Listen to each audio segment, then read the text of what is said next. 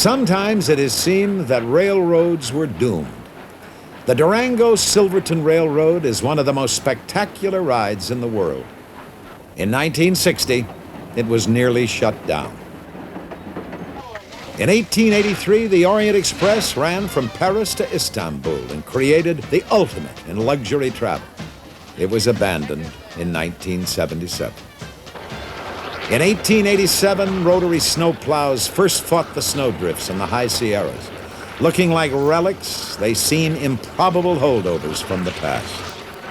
Once this streamlined locomotive hauled passenger trains at 100 miles an hour, but for 20 years it sat outside a museum, its machinery rusting.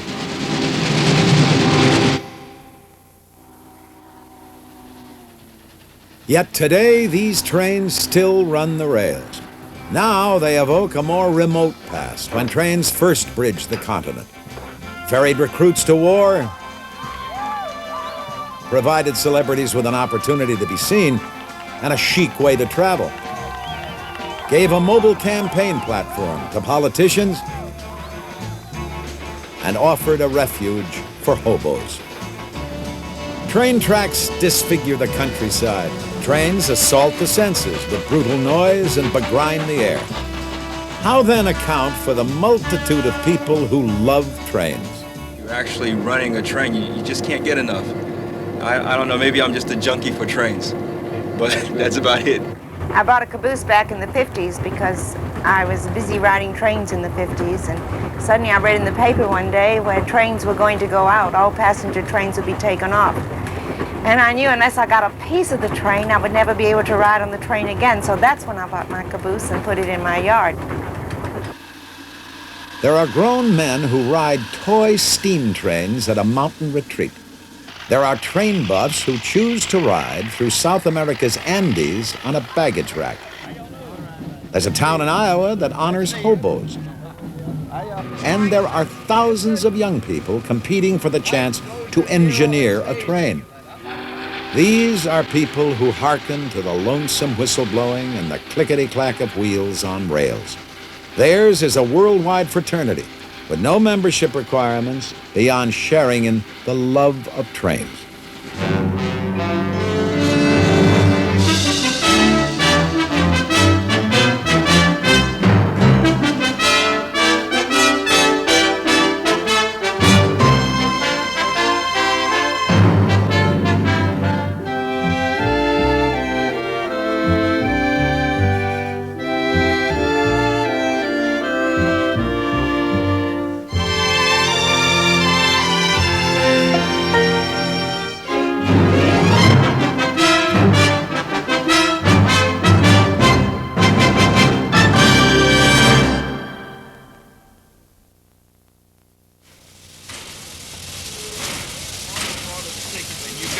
You've got a sheet like this, and it tells you who's sitting in every seat, and every seat is assigned. There are many people so enamored of trains that they take trains not to go anywhere, but just for the pleasure of riding.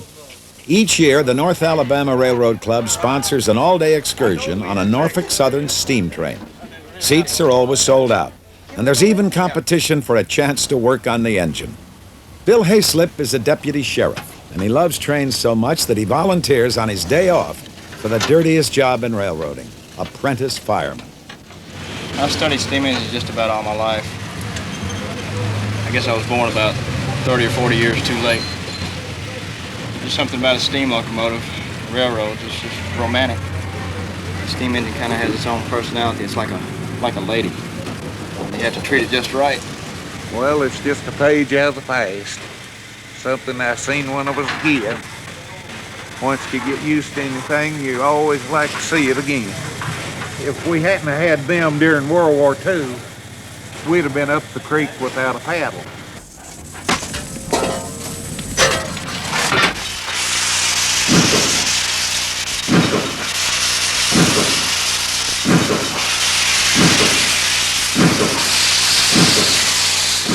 Steam engines evoke a special affection. Though inanimate objects of iron and steel, they seem to breathe with the fire of life.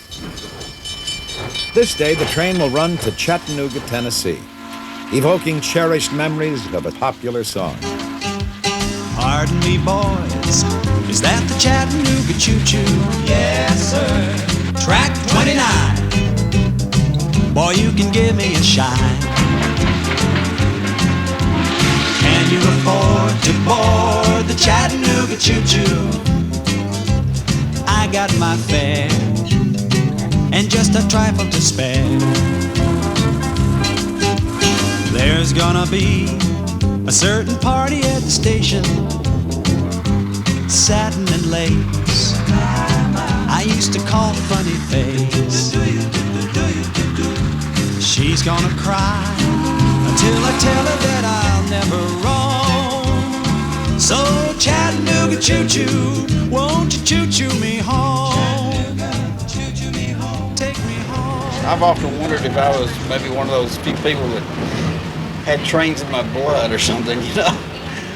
Some people have alcohol, I have trains. And I spend all day in Birmingham just to see the 2 trains go through town. My wife thinks that's crazy, but you know, it's a thrill for me. It's the most consoling, soothing, wonderful, inspiring type of music that you can ever hear. Well, I've been on trains all over the world, and I've watched them, I've seen this. It's sort of a indefinable love, I guess, but you find it from kings down to the common man. Partway through the trip, the train comes to a stop in an open field. Now begins the prized ritual of the steam train excursion. The train backs up, cameras are ready. And then a sweet symphony for every train buff's ear.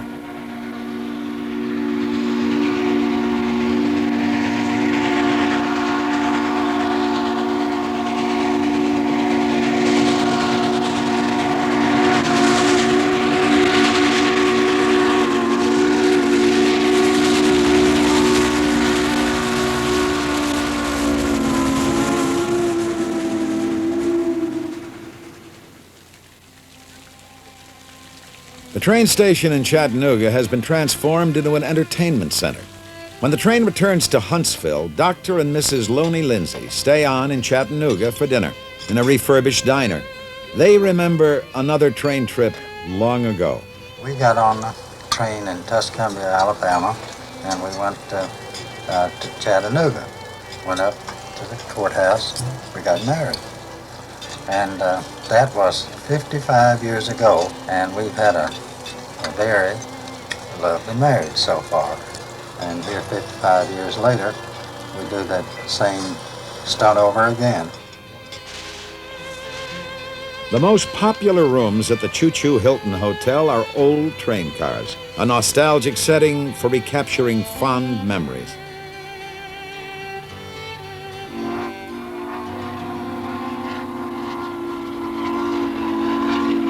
For those who love to ride steam trains, each trip is a journey into the past. In the beginning, steam engines were at the center of the Industrial Revolution, which could not even begin until mankind learned one crucial trick: how to transform heat energy into motion. In the 1st century AD, the Greek scholar Harrow of Alexandria invented steam jet propulsion.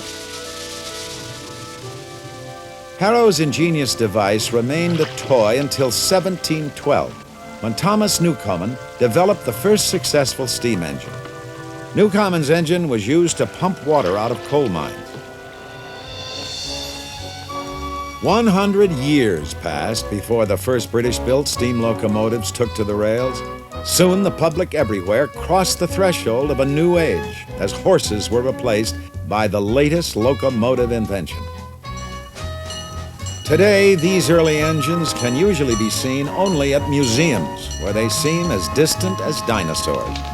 The John Bull is the oldest operable steam engine in the world. To mark the 150th anniversary of its first American trial, the Smithsonian Institution brought it out for a run along the Chesapeake and Ohio Canal. People who loved trains dressed up for the occasion and gathered from miles around. Many had never heard the hoot of a steam whistle or the screech of brakes.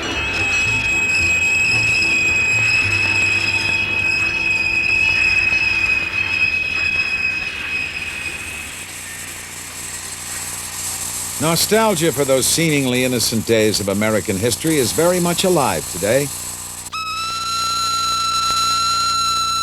For some, no doubt, steam engines are the attraction. For others, perhaps, it is the appeal of travel.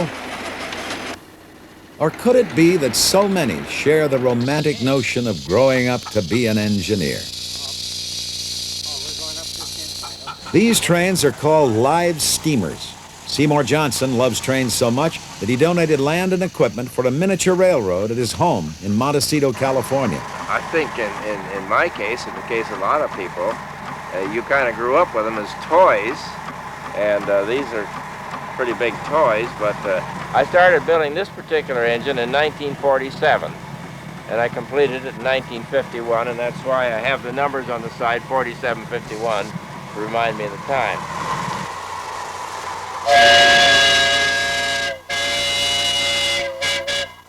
Johnson and the local members of the Goleta Valley Railroad Club spent 17 years building their line. Today, they test their engines on more than a mile of track.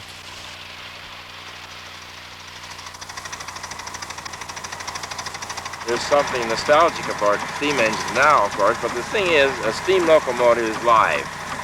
The engine talks to you when you're running it. You can feel what it's doing. It tells you I'm working too hard or I'm taking it easy. You can hear it in the stack. You can hear it in the sound of the blower and the sound of the fire. They got steam engines that are over 100 years old that continue to run. Once a year, Johnson and the club host a 3-day meet that attracts model owners from all over the country. Each engine is custom built, representing thousands of hours of meticulous machining. And as in real life, the engineers discover that steam engines can be cantankerous beasts, capable of fighting back.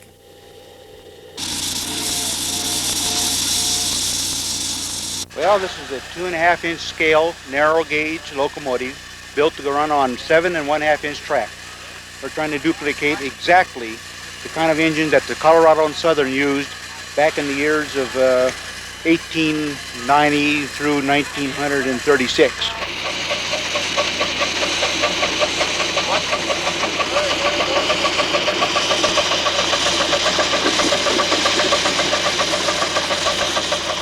Hey, John, you want to push the daylight cars into the sidings? The most popular daily event is the Grand Tour of the Line for families and friends. 3 engines are coupled. Together, they are pulling 6 tons of engines, cars, and passengers. We now have 14 cars. Mostly they're freight car type because people are way out of scale. This train is 1/8 full size, but people aren't. So if you put them in a passenger car, you can't put a roof on. But if you put them in a freight car, the sky's the limit. Many of those who build and enjoy riding live steamers can still recall the old days when steam engines ruled the rails. The halcyon days of steam and rail began after World War I.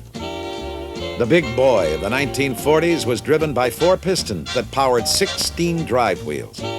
It was the largest steam engine ever built and could pull a train 5 miles long.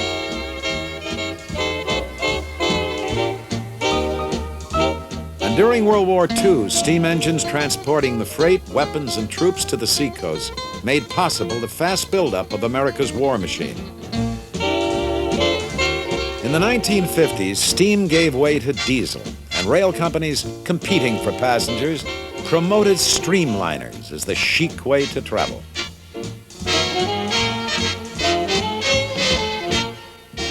But late in the decade, passengers shifted to automobiles and airplanes for long-distance travel, and trucks took over much of the freight. The low point came in the 1970s. Congress rescued 6 bankrupt railroads by creating Conrail. Railroad lines were abandoned, and hundreds of stations closed for good.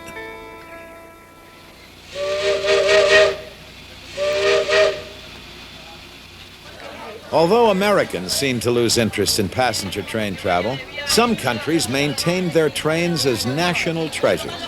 The narrow-gauge Guayaquil and Quito Railway in Ecuador plays a vital part in national life, and people here use the railroad like a party line. It even serves as a food market on wheels.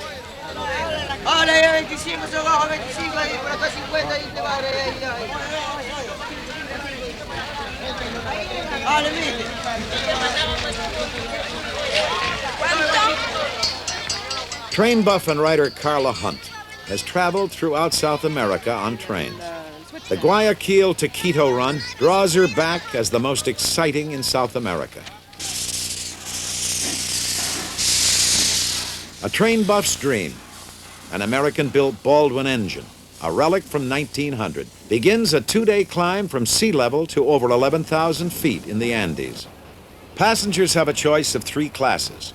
Second class costs $1.60. First class cars sport padded seats for $2.10. And local vendors offer lunch on brown paper.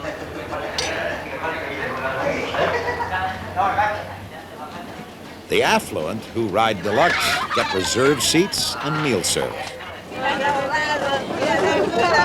But some prefer the roof, where conductors seldom collect tickets.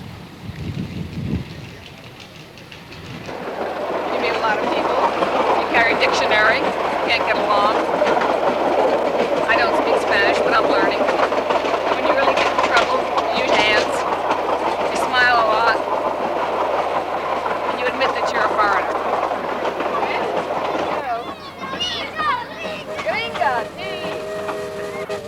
American engineers laid out the route in 1898.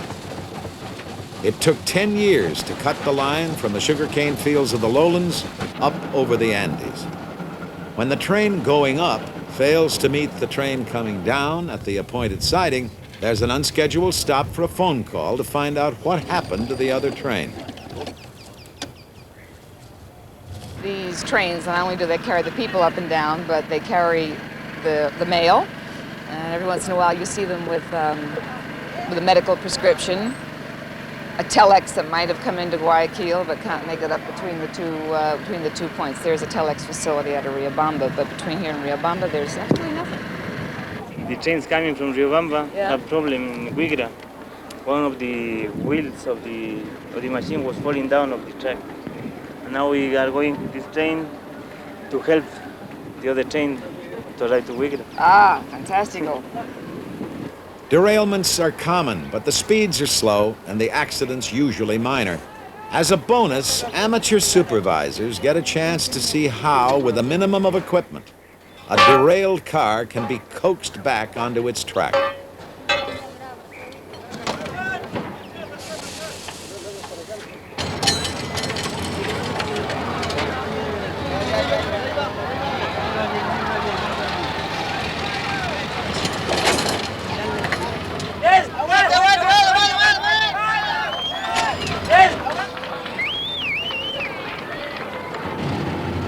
After a change of engines, the train climbs into the mountains once again.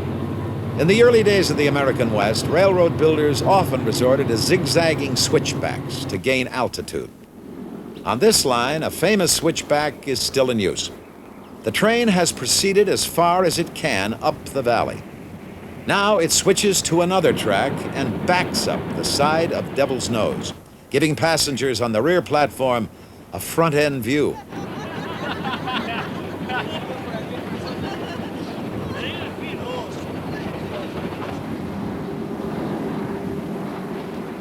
The train backs around the mountain, then switches again to climb higher.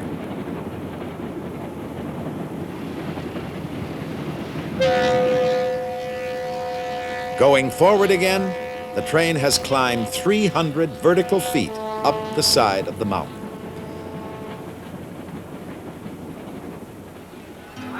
At the end of the first day, the train stops at Riobamba.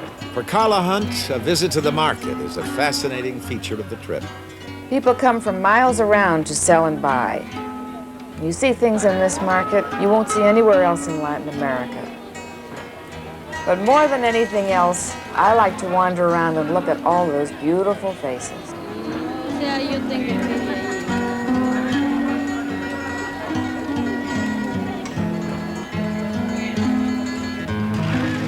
From Riobamba to Quito, the train is really a bus on rails. There are seats inside, but for hardy train buffs like Carla Hunt, there is a much more exciting vantage point. The place I like to ride is up on the luggage rack on top. That's the best sightseeing seat in South America. To go through the mountains and to climb over the two ranges of the Andes, to go through the beautiful upland villages, with all the wild changes of weather en route, there's nothing in the world like it.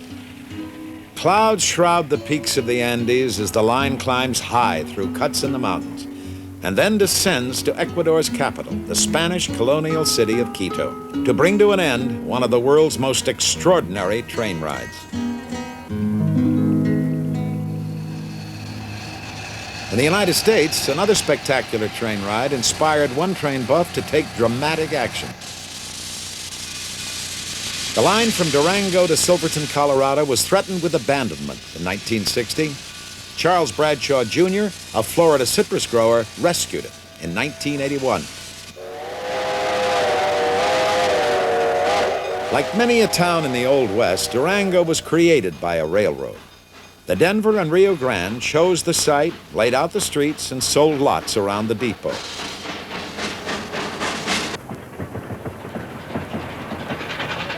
Young people who share Bradshaw's enthusiasm for trains keep it running.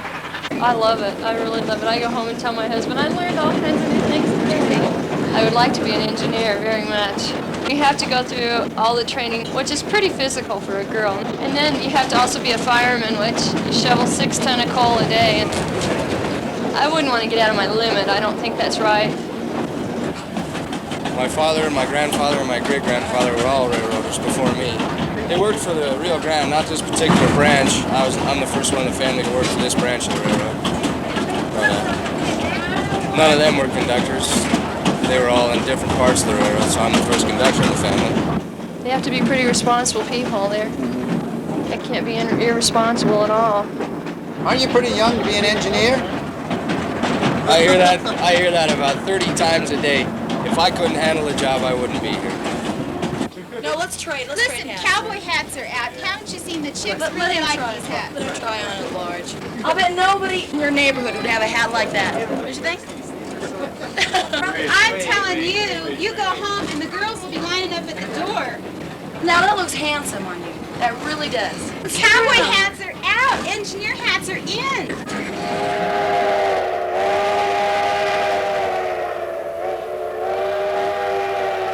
Silverton is only 45 miles from Durango, but to get there, the train must climb almost 3,000 feet. In the 1870s, huge discoveries of ore were made in the mountains surrounding Silverton. But there was no economical way to get the ore out. The railroad made the mines profitable. The ore is now removed by truck. The traffic has changed. But the town still prospers, mining tourist dollars.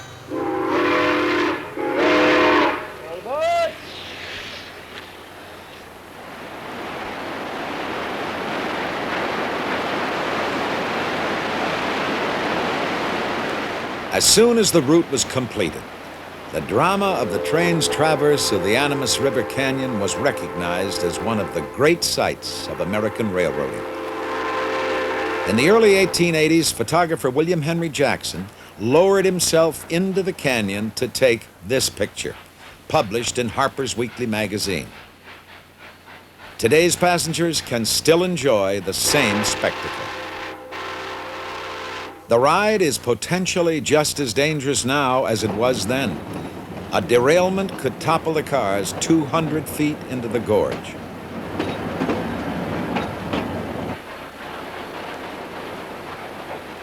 An extraordinary train run has been preserved because of the dedication of one man and the delight that more than 100,000 people a year take in supporting the line.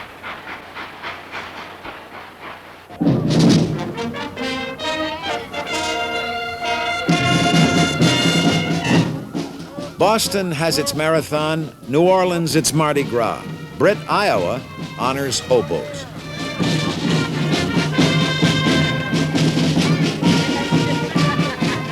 Once a year, this small town invites hobos from all over the country to drop by for a visit.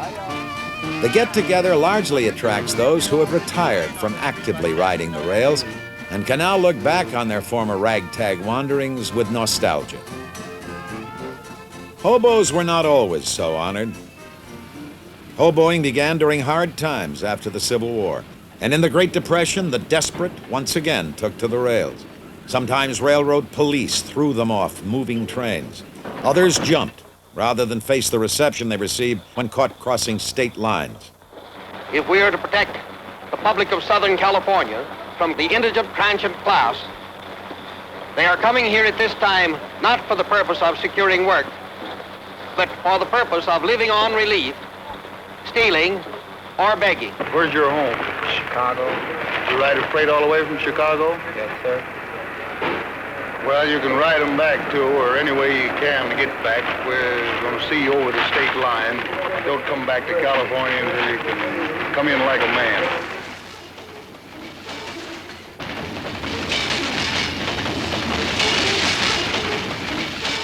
Hobo camps are called jungles, and life in them has always been hard. But in Britt, Iowa, the jungle is a place to renew friendships and swap stories. 78. Yes. Yeah. I remember you. Memory that bad? And now, wait a minute. Every year you get older, you have a special privilege. Every year you will get a little bit better at forgetting. Yes, I am there already. Hobos are known most often by their nicknames. Steam Train was first elected Hobo King in 1973.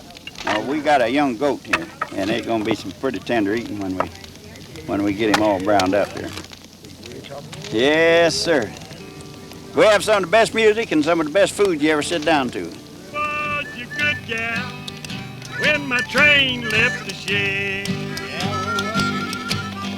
Where was you, honey, when that train left the shed? Standing on my front step, wishing I was dead. Time has reversed these hobos' roles. Once they were outcasts. Now, Brit youngsters look up to them as knights of the open road who seem to have lived in a mythological age. Could I get your autograph? Oh, I guess you could, only I know what you want to waste time on a guy like me. It's got my pad and paper. Oh, yes. I'm gonna be a writer. You're going to be a writer? Yeah. Well, that's great. I'm gonna try at least. You've got to have more than six grades of education. That's all I got. That's my name. Say That's your name? Well, this is mine. Mountain Dew. I was talking to the hobo queen and she says, would you like to be hobo? And I said, sure. And I go, how do you be hobo? And she says, well, she pulled out this kind of perfume stuff or whatever it is.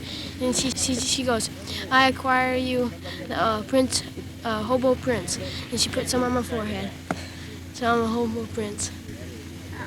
And my name is Spirit Belly Bob. I started out when I was about 16 and had 12 years on and off, different places, working irrigation ditches up in Washington, or cutting pulpwood in New York, doing lifeguard work down in Miami Beach, working gypsum plant in Yuma, Arizona, washing dishes in California, different stuff like that. Worked in the coal mines, but they give me a day shift, and then when I went in, it was dark. When I come out, it was dark, and I worked there 2 weeks. I told them when they put windows in there, I come back to work. How long did you hobo, from when to when? About, 1931 to 38, something like that. What satisfaction of being free. Being free, in other words, not have to account to anybody for your actions. As the sun sets, the hobos gather around a fire, and balladeers recall the hard days of Depression time.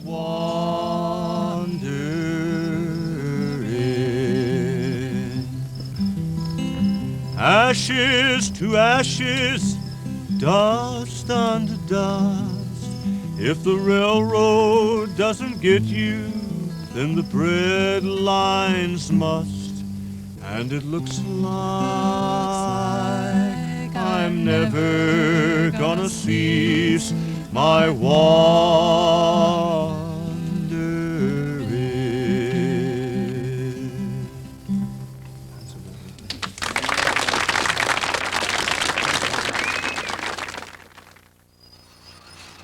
When most railroad buffs think of trains, they think of passenger trains.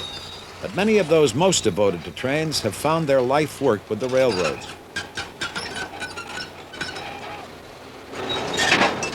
Whether they maintain the tracks or work on the trains themselves, the big business for them is freight, moving everything from coal to lettuce.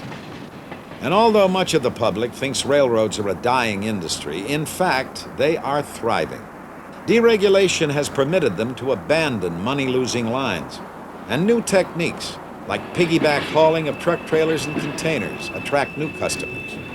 The mass market shipping of fresh produce by rail enables farmers in California to sell lettuce to buyers 3,000 miles away. Lettuce harvesting has become an assembly line operation. Cutter, packer, sprayer, box closer. Today's lettuce that we've got is probably the best we've had in about a week and a half. It's 54 to 55 pounds, absolutely clean. Derek Dridivanis is sales manager of the Admiral Packing Company in Salinas. He sells lettuce by the carload to buyers all over the country. Just call us back with that order, will you? You know, the one you got in your back pocket. A refrigerator car holds 30,000 heads of lettuce. This one is bound east for New York City. The morning after the lettuce is picked, the Admiral lettuce car has been joined to a 50-car train called the Salad Bowl Express. 5 Southern Pacific engines are needed to pull the train over a 7,000-foot high pass in the Sierra Nevada mountains.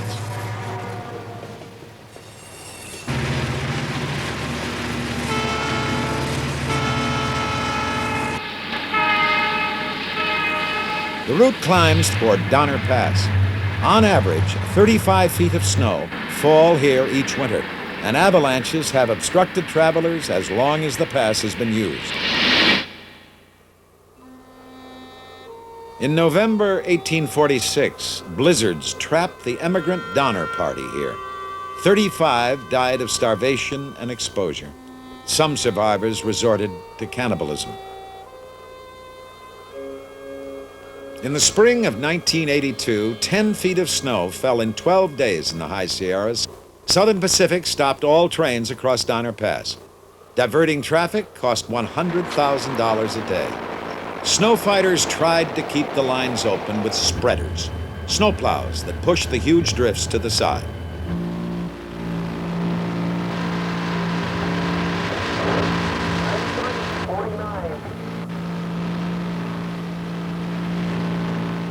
But when the snow drifts too deep, spreaders stall, and the pushing wings collapse.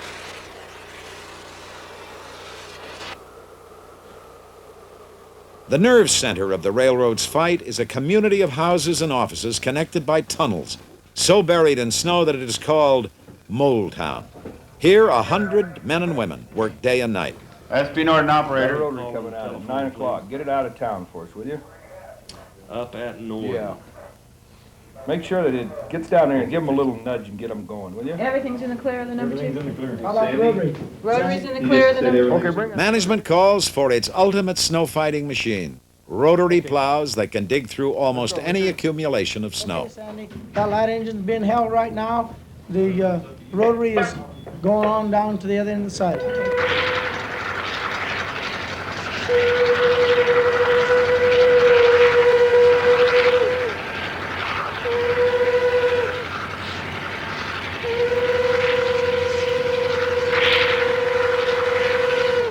Throwing 5 tons of snow a minute, 150 feet from the line. The rotary can literally dig a trench deeper than itself.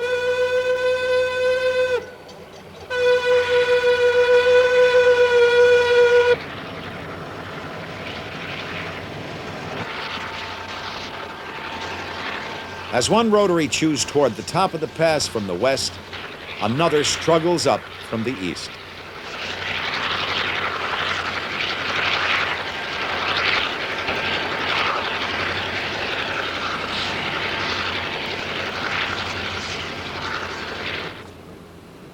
The first train comes through. Dedicated men with pride in their work have opened the line in only 5 days, and trains like the Salad Bowl Express can once again take the direct route to New York. Beyond the Sierras, the Salad Bowl Express drops into the desert, and a new crew takes over. On the long, straight runs, there's time for shared stories and for trainmen to enjoy the camaraderie, which is part of the attraction they feel for their work. I don't think it's dawned on me yet that I've had a kid. Still in shock from it. Went in Sunday night, had it Monday morning. Last couple of days been pretty busy for me. I was lucky. Generally, the railroad doesn't allow you to be in town. They keep you away from home quite often. So I was pretty lucky to be home when it happened. In 1950, I was on a high-speed perishable train, and a passenger train came out of a side track in front of us. We hit him head-on about 52 miles an hour. The engineer on the other train was killed. I'm very lucky to be here. Ain't that scared me?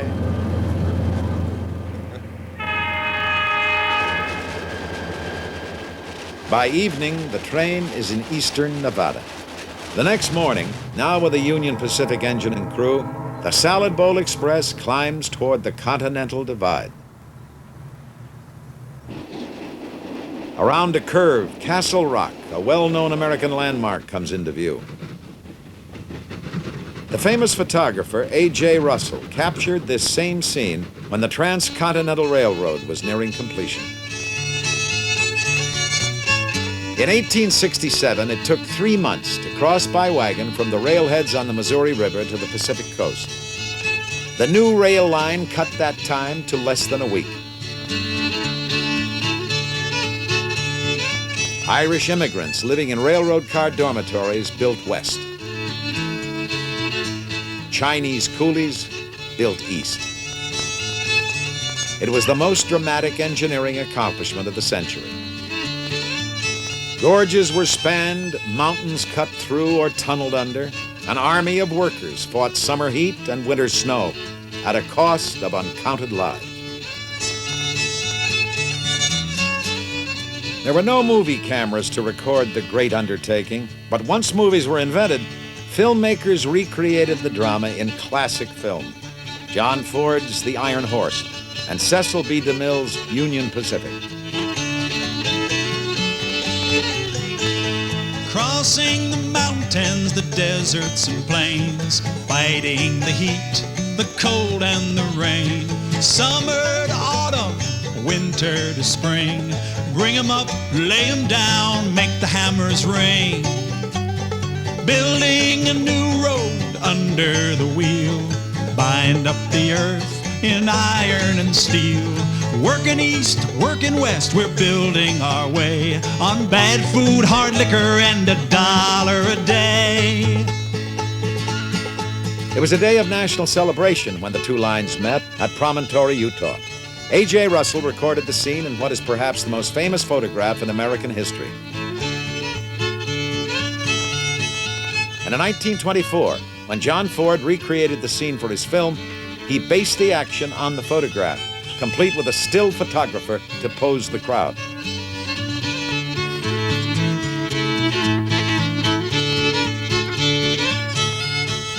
The joining of America's East and West by rail is even more important today. The Salad Bowl Express is only one of 60 to 70 trains a day moving across the nation on this one line. Now, near the end of its second day, the Salad Bowl Express comes under the traffic control of dispatchers at North Platte, Nebraska. Here, 3 men per shift control every train on the 245 miles of track diagrammed on the walls. They decide which trains get priority on the lines. The Salad Bowl Express is rushed along. What kind of speed do you think you can make there now? If you get a 70-mile-an-hour train out behind 30-mile-an-hour trains, you have to start shuffling trains. If he gets by here, then I'll let that other eastbound go. But he's going around one train right in the process of it right now. Midnight. The Salad Bowl Express arrives at North Platte. Some cars will be sent south and eastward on other lines. Other cars will be added. The freight cars are pushed up a hump and separated. Gravity powers them down the slope. The tracks divide again and again.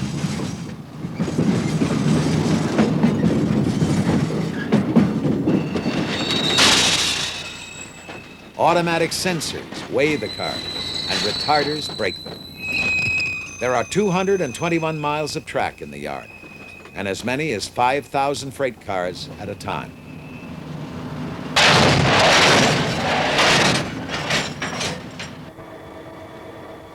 By 4 a.m., a new train has been made up. A new crew comes aboard, and the train moves on. In the afternoon, the train crosses the Missouri River. Operated now by Chicago and Northwestern Railroad, it traverses the rich farmlands of Iowa.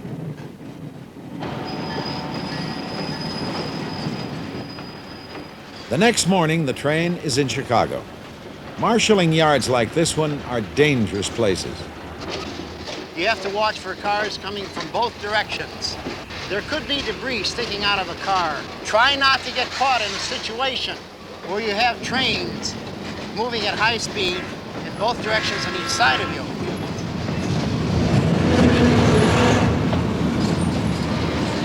If you do have a tendency to feel dizzy, lay down on the ground. You could reel under the car.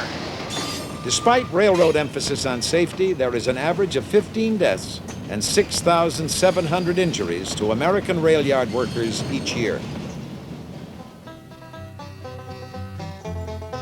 Danger for railroaders comes not only from the trains themselves.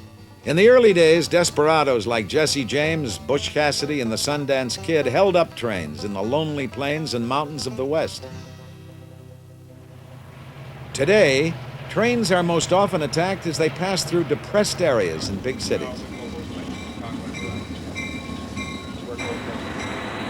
We had one conductor, they got in with a gun and robbed him at Park Manor. And it's just a few things that we go through out here. Everybody thinks we got such a swell job. We have our ups and downs too. And this is our most dangerous spot of the trip. They put different articles in the tracks to derail us. They put old tires so they'll break the air hoses in two. They'll throw beer bottles, anything they can get their hands on. We've been shot at. They shot at me 5 times through the caboose windows. I got pictures of the hole. It was either a 38 or a 45 because it put big holes in the plexiglass. Sometimes they do it to rob the train. They break us in two to rob us so they can take things off with it. And on the cabooses they had this plastic glass. Yeah, I know all about it. He's gonna throw. No, he's not either. Oh, we go through this every day. It's nothing new to us. The many dedicated men and women who are drawn to railroad work also live with the danger that goes with the job. The Salad Bowl Express rolls through the heartland of the industrial Middle West.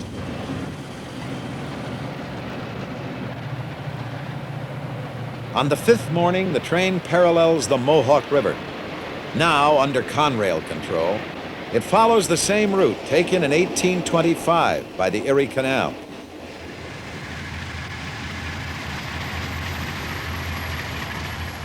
Early on the 6th morning, the Salad Bowl Express arrives at its destination in the Bronx.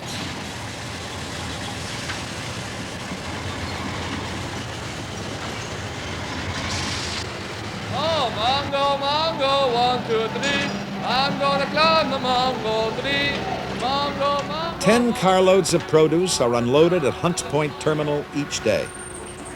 A carload of lettuce from Salinas has been bought by the Armata family, wholesalers who in turn sell to markets and restaurants. Beautiful box of lettuce. And as my father would say, it talks to you. As soon as you open up the box. It has been 7 days since the lettuce was picked. It took 4 railroads and the involvement of 1,000 men and women to move it across the country. 500,000 people work for the railroads in the United States. In one sense, theirs is just a job, but it is an essential job. Moving the grain, steel, coal, automobiles, perishables, even the lettuce for a PTA luncheon in Baldwin, Long Island. Traditionally, little boys were given model trains for Christmas, and captured by a dream, many grew up wanting to become an engineer. The reality today is not far different. For a new class of 23 engineers, the Long Island Railroad had 2,000 applicants to choose from. To get the train moving, I need the reverser and forward. This position. This is your throttle. Power 1 to 8 notch. I have 1 whistle. Dave Decker, senior instructor, has been an engineer for 14 years. Decker loves engineering and teaching, but the memory of train accidents in his past brings a special urgency to his teaching.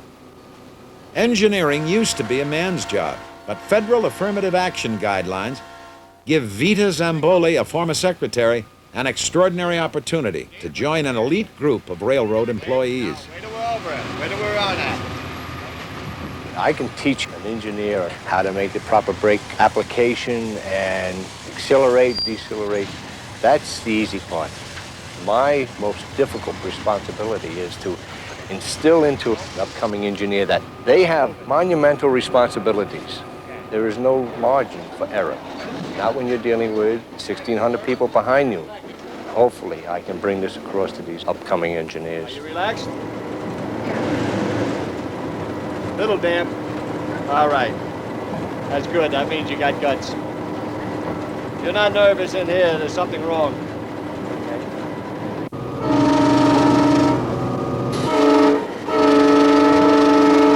How do you feel? Think you're coming in strong? As she brings the train into a station, Vita must learn the right timing, how strongly to apply the brakes so as not to stop too soon or overrun the station. Okay. Now what you want to do is just bail off the last second. No, not this. Go ahead, bail it off. Hold right there. Super. But you want that feel of this thing charging into the station, making your initial application and then your final application. You ever run a train before? Huh? Never? You did a heck of a job. What do you think? What do you feel? Feel that this is going to be your occupation or what? Yes. Yes? I'm sure it's going to take a while, but I will get the feeling of bringing a train in. But there are going to be times in your career when you're going to run across a grade crossing accident. But traveling along at 65, a car comes around the gate or through the gates. It's not a thing you can do. You hope you give pre-warning or warning whistle and the warning bell before you get to that crossing, or ample. You'll search your soul to know whether you did it or not. It's not just the glory of running over the road and say, I always wanted to be an engineer.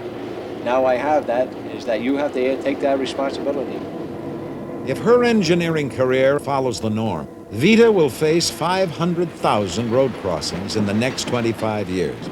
If she is never involved in an accident, passengers who ride her trains will have no reason to learn her name.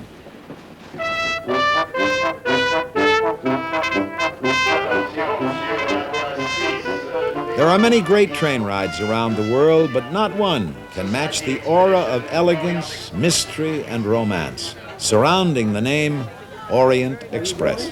It ran for almost a century until its demise in 1977. Now, two men have revived the historic run to Istanbul. Albert Glott bought the 1920s vintage cars and lovingly refurbished them. Sometimes, you have to do everything on the train. T.C. Swartz chartered the cars for those who could afford to recapture the glory of rail travel in its heyday. We could give them, and then how to surpass it. People's idea of luxury is a little bit different than maybe what it actually was. So what we're trying to do now is to give them more luxury than they had in the past, in fact, to make it the ultimate trip. I can't believe it. Oh, it's marvelous. There will be 98 passengers on this trip, each paying a modest $5,000 one way. I think the dogs are great. Great, but they're taking with them. Yeah, but I can't see them sitting in the dining car. Some passengers, like actor Hal Linden and his wife, stage an arrival in the grand tradition, harking back to the aura of a princely trip. Original inlaid wood decorations and Lalique molded glass reliefs still decorate the cars. Names of the countries the Orient Express passes through, Austria, Hungary, Romania, Bulgaria, ring with romance. Memories of mysteries like Murder on the Orient Express surround the passengers with an atmosphere of champagne and dreams. Well, my name is Otto, and I'm supposed to play the piano all the way to Istanbul.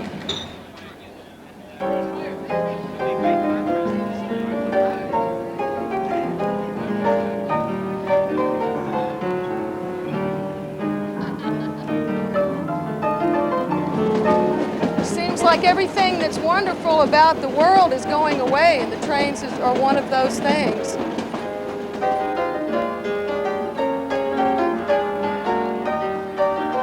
Kim Vosper and Kyle Collins advanced the date of their wedding so they could make this their first trip together as a married couple.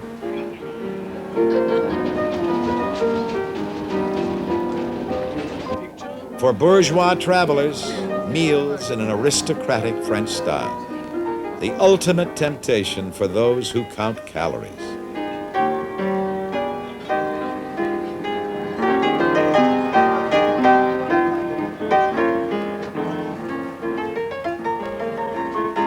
I remember as a child, we used to put people on the train in New Iberia, and I was never sad because they were leaving. I was always sad because I wasn't leaving too, that I wasn't standing on that back platform waving goodbye. I think I was 6 or 7 when I took my first train ride. From that time on, I think I fell in love with trains, and when I heard that you could spend 4.5 days on a train, that sold me on this trip. The train cruises Europe like an ocean liner. Gypsies play, as they did on the first run of the Orient Express. In the evenings, there are gala 7-course dinners. And occasionally, the train waits as passengers are bussed to the entertainment. A champagne tasting at the 150-year-old cave of Mum's Winery in France. And just as on its maiden voyage, there is a festive reception in Budapest.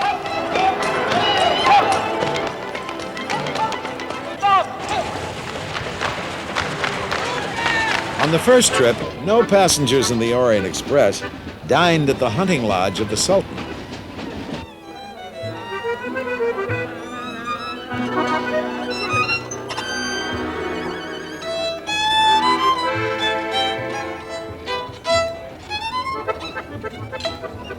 It is an express journey to the sun. But the high point for many comes in Vienna, where the Vienna Boys Choir is only part of the entertainment.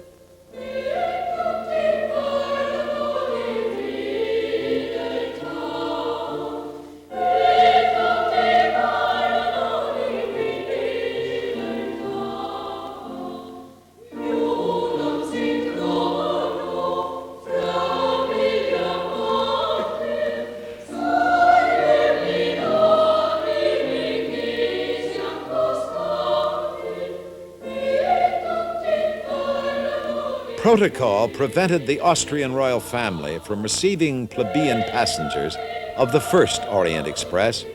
Now, the Pallavicini Palace is theirs for the evening.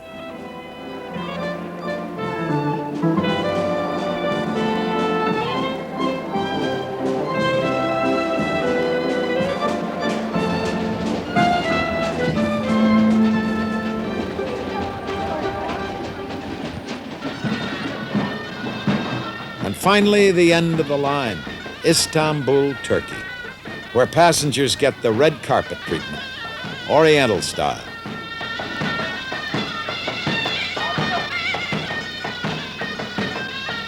For the 98 passengers of the Orient Express, the trip will remain an extraordinary adventure into the romance of rails. But the Orient Express has no monopoly on beauty. There are grand adventures for everyone in a rediscovery of travel by train. Amtrak's Crescent, with newly rebuilt equipment, races like a speeding ship across Lake Pontchartrain in Louisiana. The Great Plains offer the same sweeping vistas that challenged the pioneers so long ago. There are majestic views of the Rockies on the Canadian transcontinental route.